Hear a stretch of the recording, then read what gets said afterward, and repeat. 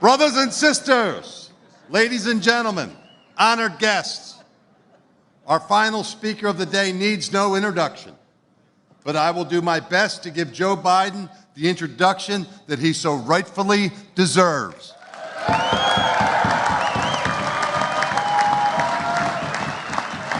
Because President Biden doesn't just deserve it, he's earned it.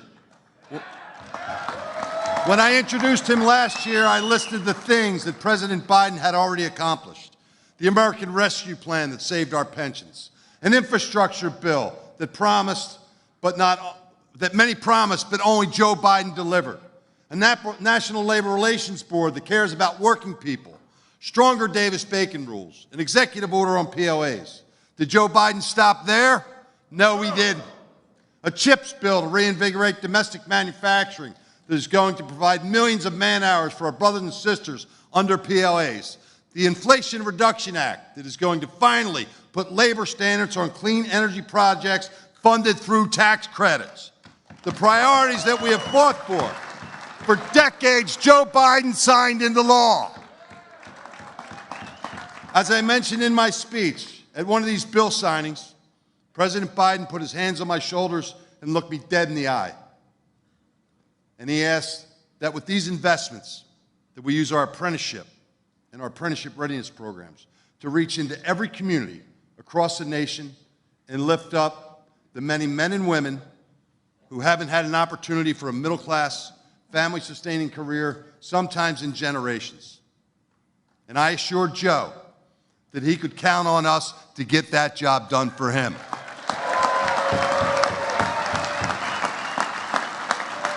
Joe Biden's legacy, which is far from done, is his blue-collar blueprint for America.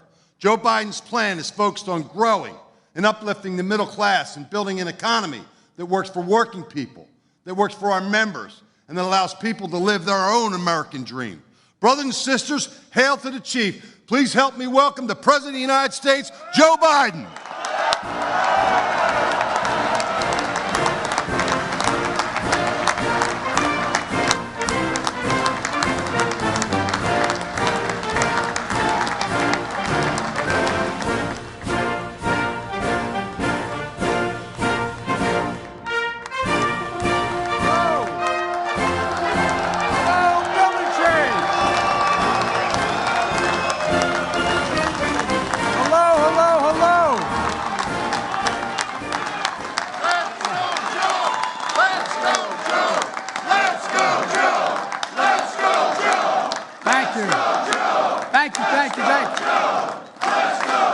Thank you.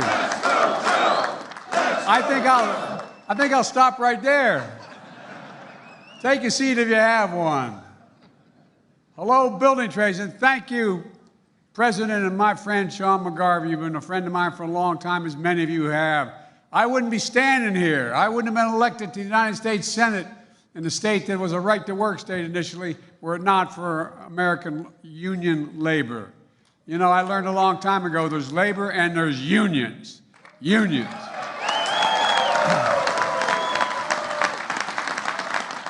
And I want to congratulate my former Secretary of Labor, Marty Walsh.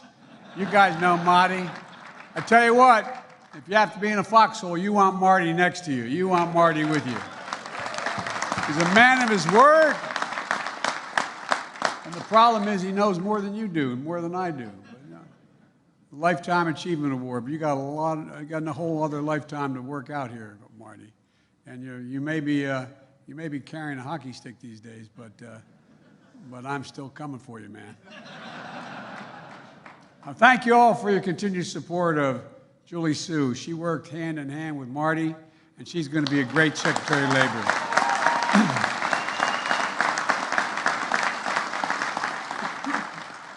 So good to see you guys. This feels like coming home, you know? Well, you know, I'm here because there's no better place to talk about the progress we've made together. And it wouldn't have been made without you, and that's not hyperbole, that's a fact. Our economic plan is working. We now have to finish the job, but there's more to do. And you're leading the way, shovels in the ground, cranes in the air, factories opening, all those jobs, meaning created the IBEW jobs, ironworkers, boilermakers, teamsters, laborers, bricklayers, masons, plumbers and pipe fitters, painters, plasterers, roofers, my economic plan, as McGarvey said, is blue-collar blueprint to rebuild America, and that's what we're doing, rebuilding America. And I make no apologies. I make no apologies for being labeled the most pro-union president in American history. I'm proud of it. I'm proud of it. I really am.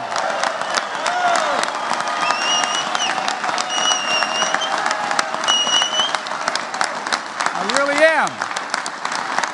Folks, I really mean it.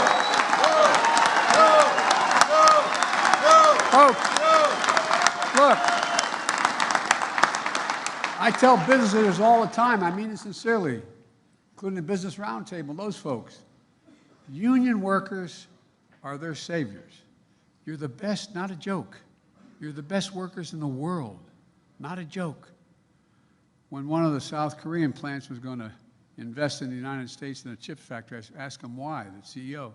He said, because you got the best workers in the world. You're the best workers in the world. That's not hyperbole. You know, it can take you 4 years to train to be as an apprentice. I wish we talked more about that because people don't understand that.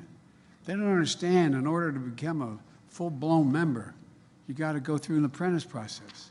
It's like going back to college. You're spending years doing it. You get the best job done on time, long-term, and it costs less in the process. And I've said many times, Wall Street didn't build America.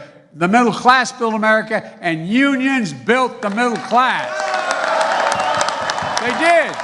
That's the God's truth. And folks,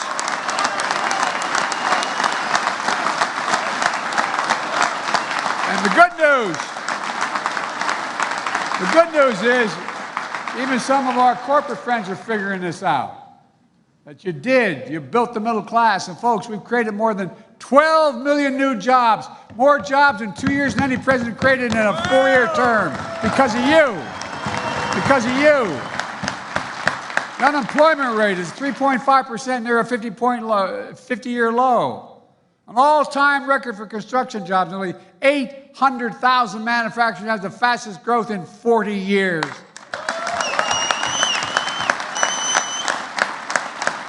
Because we're buying American. Where is it written that America can't lead the world again in manufacturing? I ran for president to rebuild the backbone of America, the middle class, to grow the economy from the middle out and the bottom up, not the top down. Because when the middle class does well, the poor have a ladder up and the wealthy still do very well. You don't have to worry about them. We all do well. But that's a clear contrast to the other side. They believe the best way to grow the economy is from the top down, and then to watch the benefits trickle down to the rest of us. No, I'm serious. Think about it. Like many of you, not much trickled down on my dad's kitchen table. For decades, trickle-down economics hollowed out the middle class, hollowed it out. We rewarded wealth, not work. Companies moved jobs overseas. How many of you come from towns that you grew up in that used to have a factory of 600, 800, 1,000 people? Now it's gone. Why? Because they went overseas for cheaper labor. Not just in one administration, but a series of administrations preceding this. And as those jobs are lost, something else was lost as well that matters a lot to folks where I come from. A sense of pride, the notion of who you are, a sense of self-worth, earning our way. Because my dad used to say, I'd give him my word, and what he'd say, he said, Joey, a job's about a lot more than a paycheck. It's about your self-worth. It's about your sense of who you are. It's about being able to look your kid in the eye and say, honey, it's going to be okay, and mean it. It's about your dignity. And I think a lot of folks have forgotten that. Folks, trickle-down economics doesn't work. We have a very different plan for the economy. We, you and I, together, we're turning things around, and we're doing it in a big way.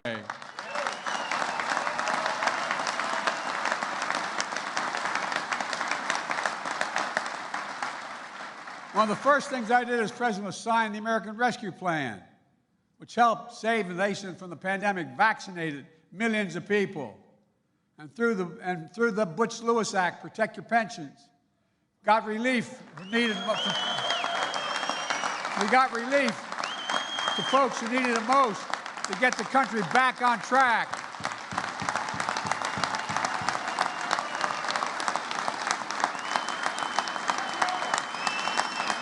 They didn't think we could do it.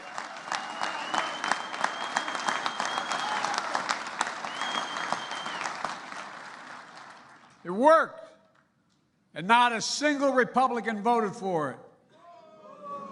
And then I signed the bipartisan infrastructure law, because to have the strongest economy in the world, we need the best infrastructure in the world. Again, that's no joke. We need the best infrastructure in the world. Roads, bridges, airports, water systems, high-speed internet, and so much more. Can you believe we used to have the best infrastructure in the world? We were rated #1. We fell to number 13 in the international ratings, 13. Under my predecessor, Infrastructure Week became a punchline. On my watch, infrastructure has become a decade headline. A decade.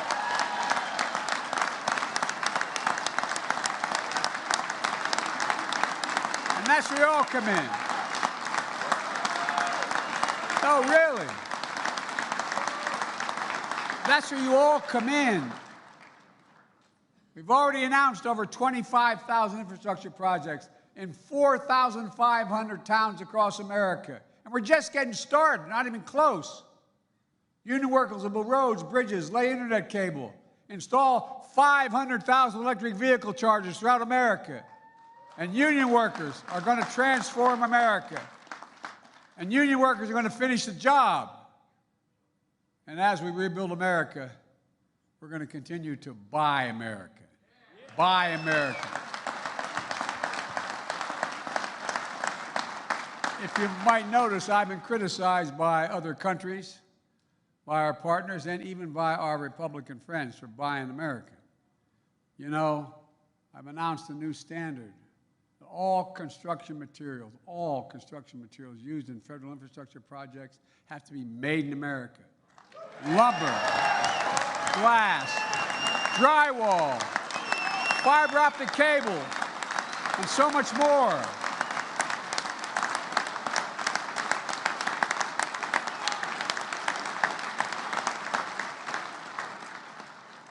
As president, I get to pick projects. I get to fund projects from the money that we get from the Congress.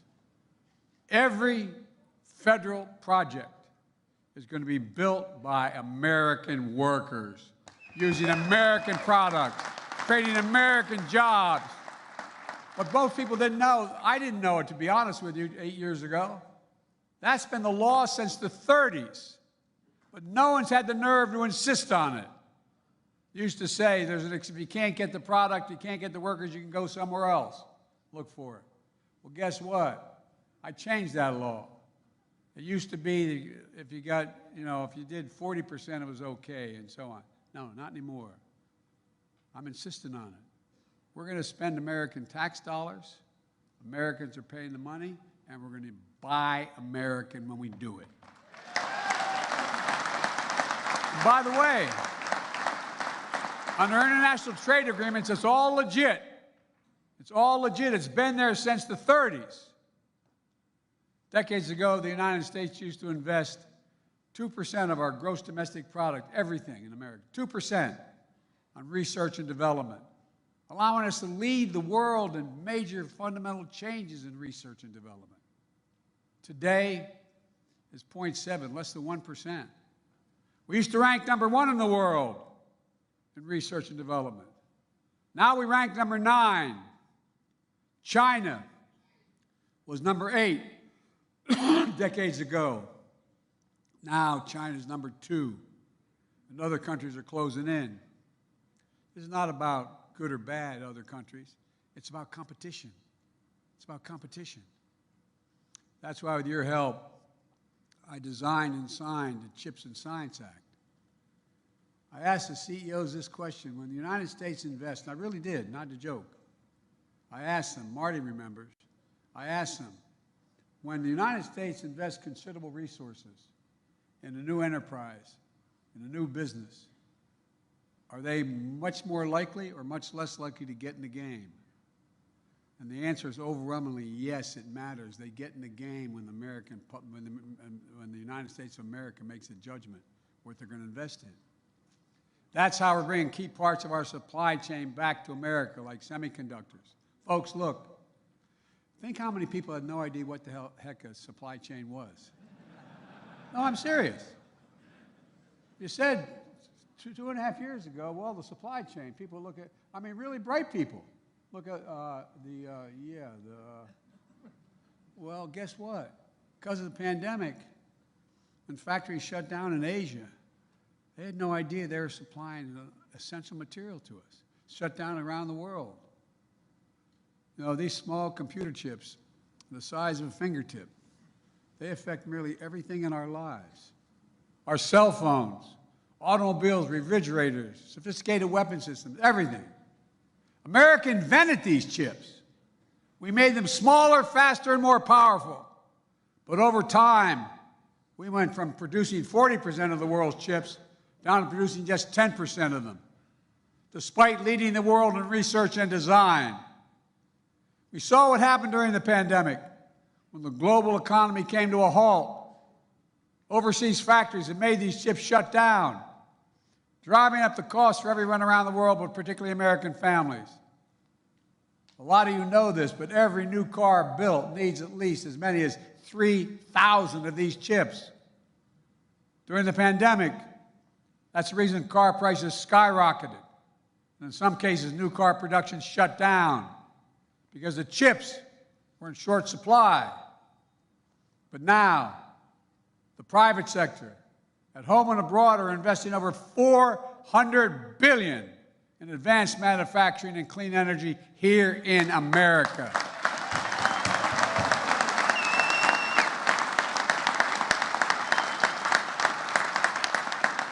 It's not an exaggeration to say that's on a scale never seen before in this nation. Never seen before. It's transformative. One of the private companies is investing is Intel. I visited what I call the Field of Dreams, about 1,000 acres outside of Columbus, Ohio, where Intel has committed $20 billion to build two new chip factories. They call them fabs. They're the size of football fields.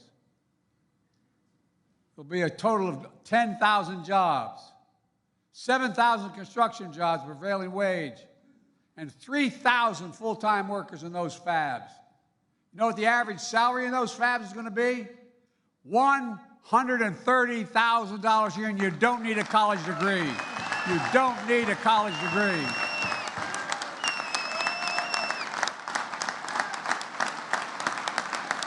It's about time.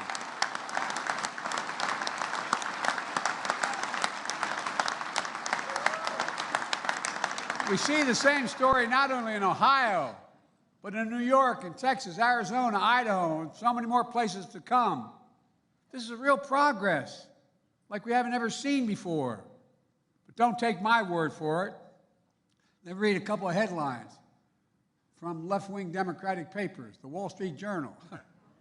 Wall Street Journal writes, quote, "America is back in the factory business." Fortune magazine, Biden's manufacturing push is working. The Financial Times, transformational change. Biden's industrial policy begins to bear fruit. In a recent column in the New York Times, "Make Manufacture Greater Again" was the title of the article. It goes on to say, President Biden appears to be presiding over the kind of manufacturing serve that Trump had promised. Folks, we're not making this stuff up. This is real. And it's time to finish the job. Finish the job. But I also... Four more years! Four more years! Four more years! Four more years! Four more years! Four more years! Four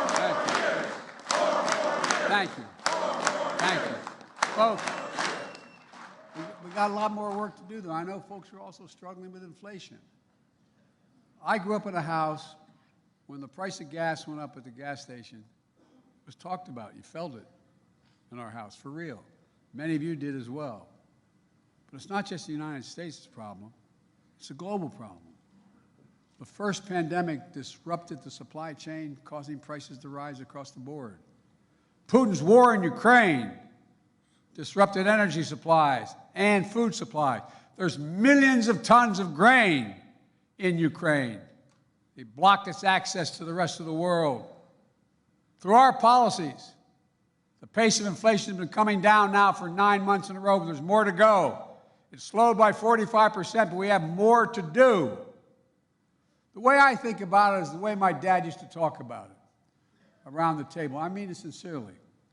Is how much is left at the end of the month in the total income you have to pay after you pay all your bills of every kind? How much is left? Is there any breathing room left? Well, we brought down inflation, but there's other prices to bring down that aren't categorized that way.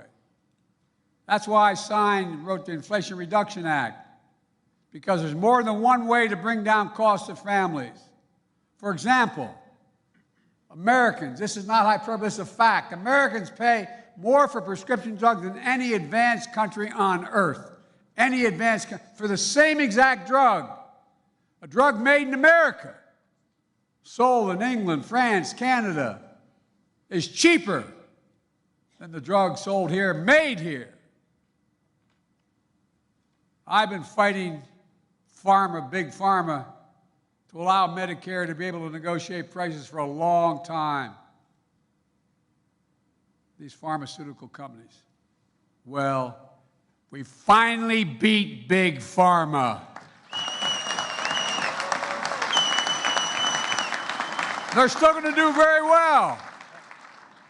But we got it done, to my surprise, without a single Republican vote.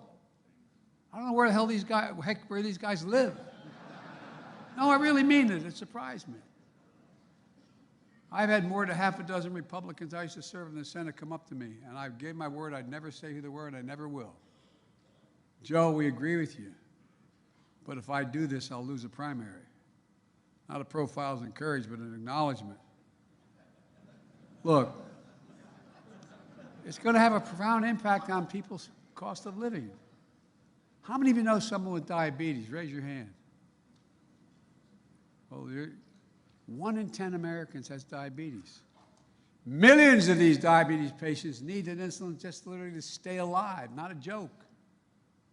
Insulin has been around for 100 years. The guy who invented it wouldn't put a patent on it because he wanted to be made available to everybody. It costs drug companies $10 a vial to make. And if you count in packaging and shipping and everything, it's probably $12. They've been charging hundreds of dollars, $300, $400, $500, $600 a month for the same exact product. You know somebody's on it, you know that's true. And they've been making record profits, but not anymore. Folks,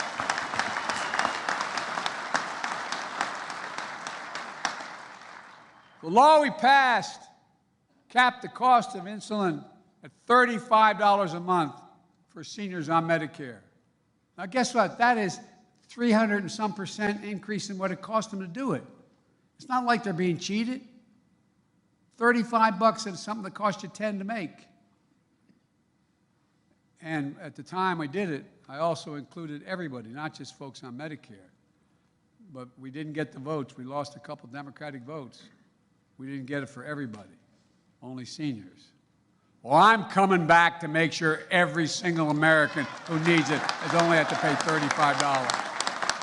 Everyone.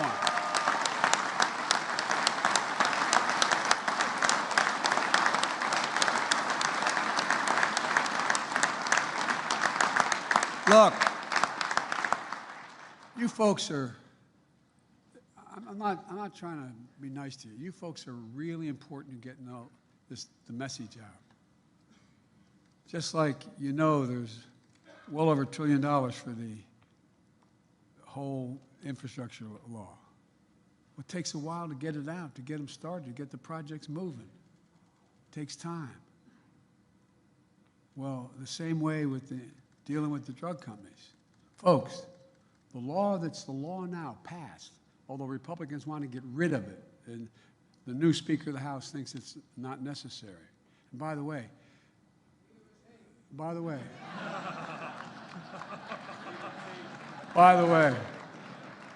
the fact is that this law on prescription drugs saves the government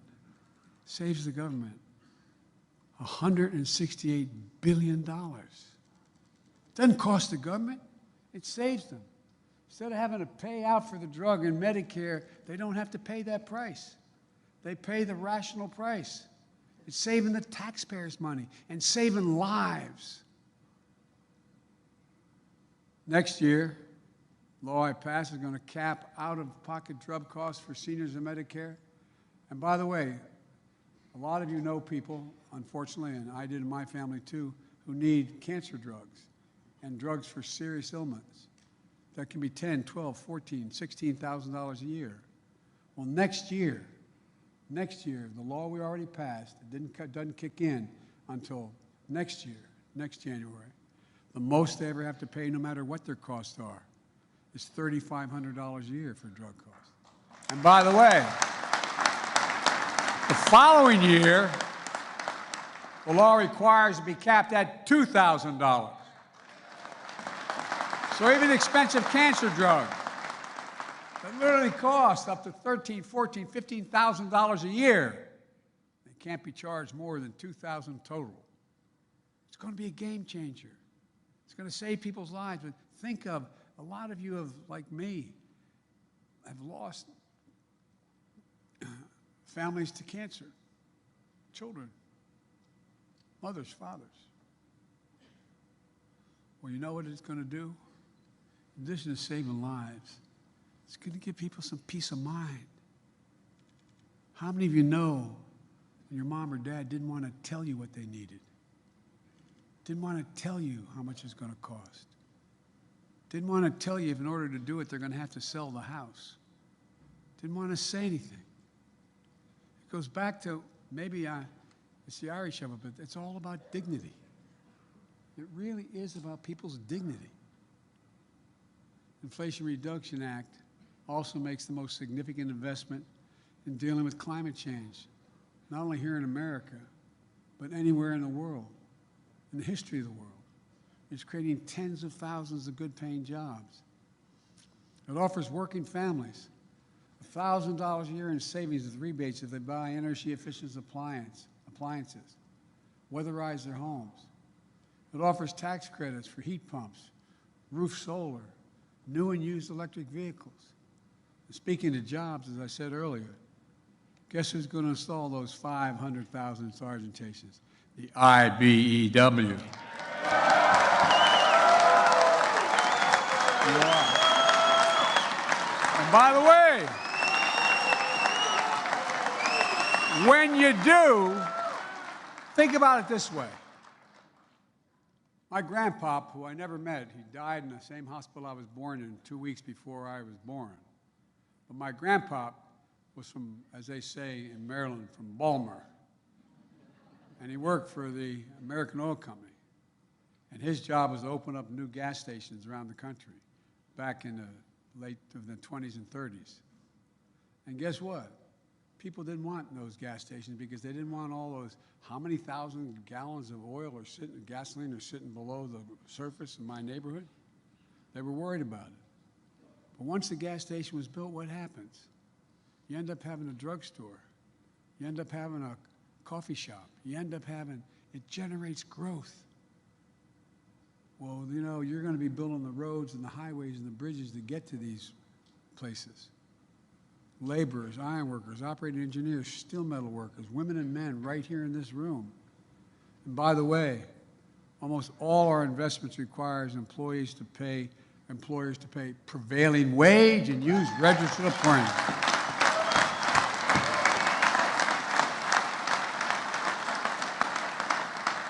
Folks, again, this is truly to my surprise, not a single Republican voted for the law, and now they want to repeal used parts of it, including the clean energy jobs and the union jobs. You think if you didn't think, if it weren't so prevalent around in the news, you'd probably think I'm making it up. It's hard to make up. We've made all this progress while being fiscally responsible. Let me be clear. In my administration, no one earning less than $400,000 a year will see their taxes go up a single solitary penny, nor will they. No one. Because I don't want any excuses. As a matter of fact, my first 2 years in office, I've lowered the deficit by a record $1.7 trillion. Lowered the deficit, the debt. A simple reason for that. We thought maybe people should start paying their fair share. The Inflation Reduction Act is going to bring down hundreds of billions more in decades ahead, bring the cost down. We're doing all this by making the biggest corporations just begin to pay part of their fair share. Just pay their fair share. Pay at least something. No. True. Let me ask you this. Anyone in this room think the existing tax system is fair? No. You got it, man. You got tired of hearing me talk about it, but in 2020, 55 of the Fortune 500 companies paid zero in taxes with income profit of $40 billion. Paid zero. And people thought I was either exaggerating or they just didn't think it's true. But it's wrong to have that occur. So I instituted a horrible tax on these guys. 15%. That's less than y'all pay. And guess what? I've also proposed. We've gone from 700 billionaires since the pandemic to about 1,000 billionaires in America. You know what their average tax is? EIGHT, 8%. So I think there should be a minimum tax for billionaires.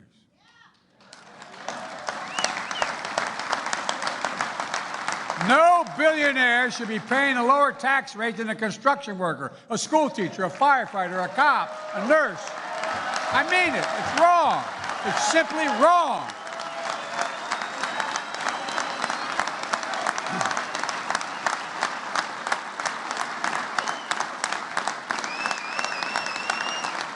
If you didn't live through this, you'd think I was making it up. And meanwhile, guess what my mega Republican friends in Congress are up to?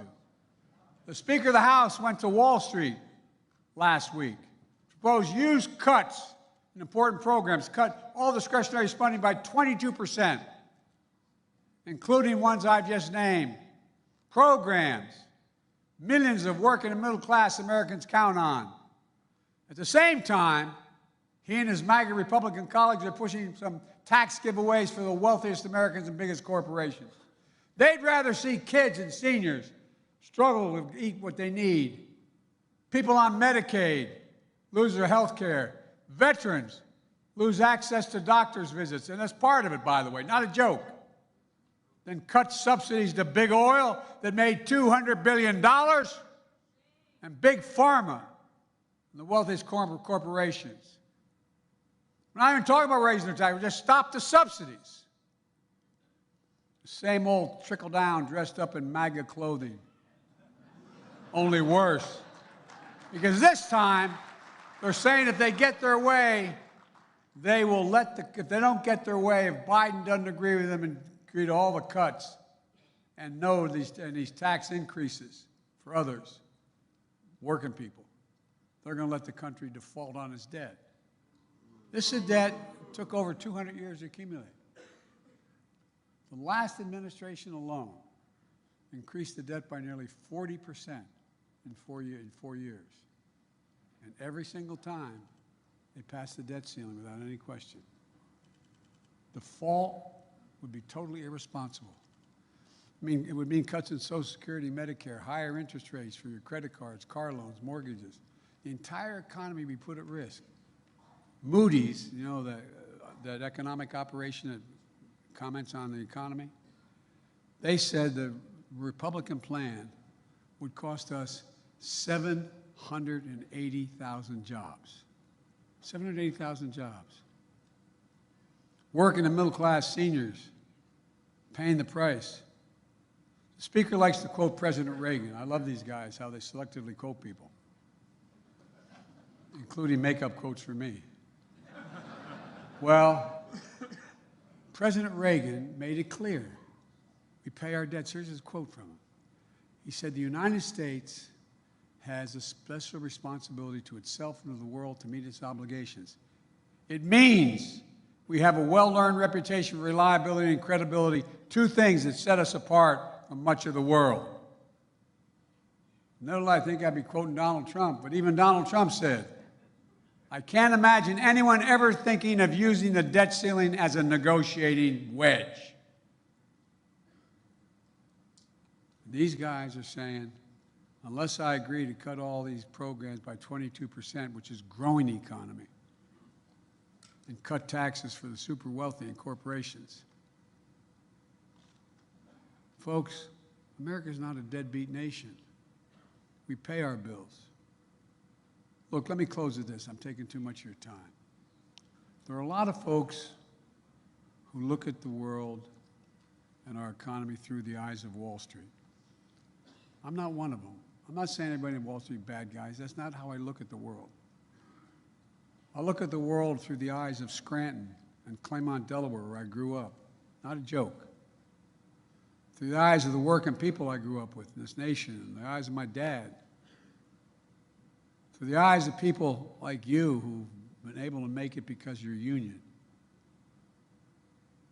The Speaker, the former President, and the MAGA extremists are cut from a different cloth.